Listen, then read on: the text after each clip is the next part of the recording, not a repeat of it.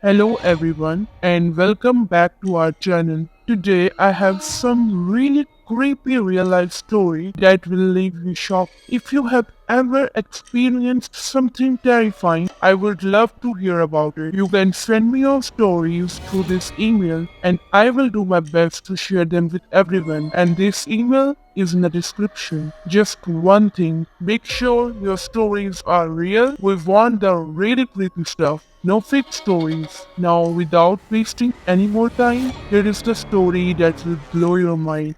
Something you have never heard before.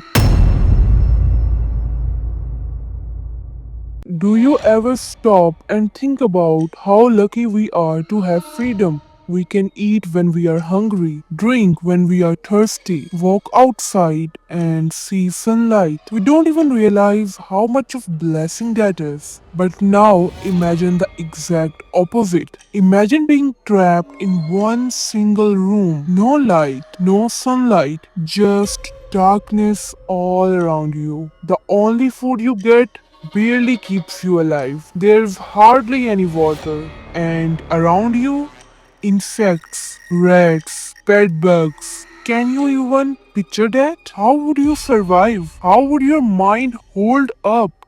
Now imagine this a young, beautiful woman locked away in a dark room alone for 25 years. Are you hearing me? For 25 years. And the person keeping her there, her own mother. Yeah, it sounds unbelievable. Even I can't process this thing, but this actually happened. Yeah, it actually happened. Blanche Monnier was born in 1849 in France. She was tall, elegant, with long dark hairs and delicate features. Basically, a striking woman who could turn heads anywhere. She had one older brother, Marcel, who was mostly focused on his legal career and not really on her family matters. And her father, Charles, who kept to himself and did not get too involved in daily life. But her mother, Louise, oh man, Louise was the real strict one. She was obsessed with high class appearances and wanted Blanche to marry someone wealthy, noble, the perfect match in her eyes. No exceptions. That's where everything started going wrong. So Blanche, just like any young woman of her age, fell in love. She met a lawyer older than her, not rich, not from the noble family, and they began a secret relationship. They met in the city, talked, planned a future together, and honestly, even back then, love did not care about the class or a family expectations. Of course, her mother did not approve. Louise gave Blanche an ultimatum: break off the relationship or face the consequences. And Blanche refused. She wanted to follow her heart, and that choice changed everything. Then one day in March 1876, Blanche suddenly disappeared. The city was shocked. She was famous, known in a high society. Her mother told everyone she had an accident and died, and people believed it. Everyone except her lawyer, who searched desperately for her, but sadly, he never managed to find her. Over time, even he stopped trying. Here's the horrifying part: Blanche was alive. Her own mother had locked her in a tiny, dark attic room. No sunlight, no comfort, no human contact. At first, Blanche thought maybe this was temporary. Maybe her mother was angry and would relieve her after a day or a night.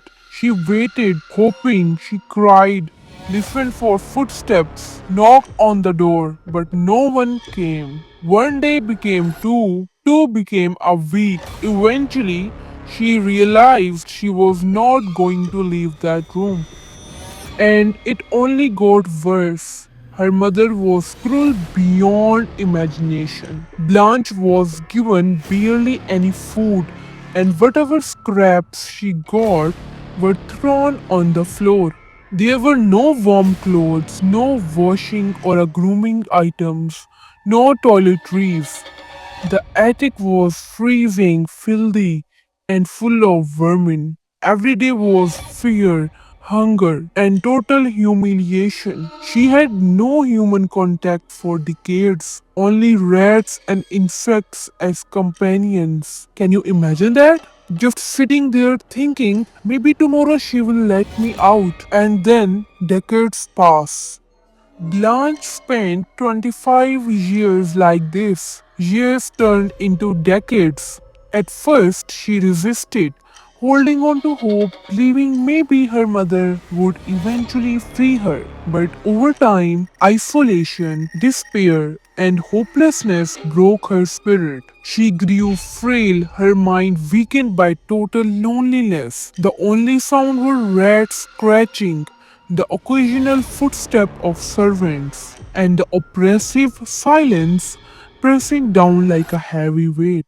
So here's how Blanche's nightmare finally came out into the open. An anonymous letter reached the authorities. And honestly, no one really knew who sent it. Maybe it was a servant, maybe someone else. We'll never know. At first, the police did not take it seriously. I mean, it was just an anonymous letter, right? People send letters like that all the time. But after some time, they thought, okay, maybe we should check this out. When the police went to the Monnier mansion, Blanche's mother, Louise, was terrified. She refused to let them in at first, but the officers insisted, saying they had to see for themselves. They started going through the house slowly, checking every room carefully. Imagine walking through those fancy halls, beautiful rooms, elegant furniture, and thinking, where could someone be hiding? Finally, they reached the upper floor, the attic, and there it was, an old heavy door, chained and locked. Someone about it immediately felt wrong. The police forced the door open, and what they saw inside, it was worse than anyone could imagine. The room was dark, filled with horrible smell and mix of filth, decay, and neglect. Dust and smoke hung in the air, and there she was, Blanche, lying on the floor, so thin and weak. Her hair was long, her body was tiny and fragile, surrounded by rats, bugs, scraps of old food, and even her own waste. She was locked away when she was just 27-year old, and by the time she was discovered, she was 52 years old, barely weighing 25 kilograms. It was shocking. The woman they saw looked nothing like a beautiful young lady everyone had known. Her mother, Louise, and her brother, Marcel, were arrested immediately. Louise died shortly after, unable to face public anger and shock. Marcel was sentenced to prison for his involvement but was later released on appeal. Blanche survived but would never fully recover. She spent the rest of her life in psychiatric care, struggling with the trauma and mental scar for her unimaginable imprisonment. And on October 13, 1913, she passed away in the hospital at the age of 64. So just imagine that a young, vibrant woman locked away for 25 years by her own family, hidden from the world, suffering in total isolation. At first, she hoped she would be freed, but then she realized the nightmare was permanent. How would your mind cope? How would your body survive? It's terrifying, insane, and sadly, it's real.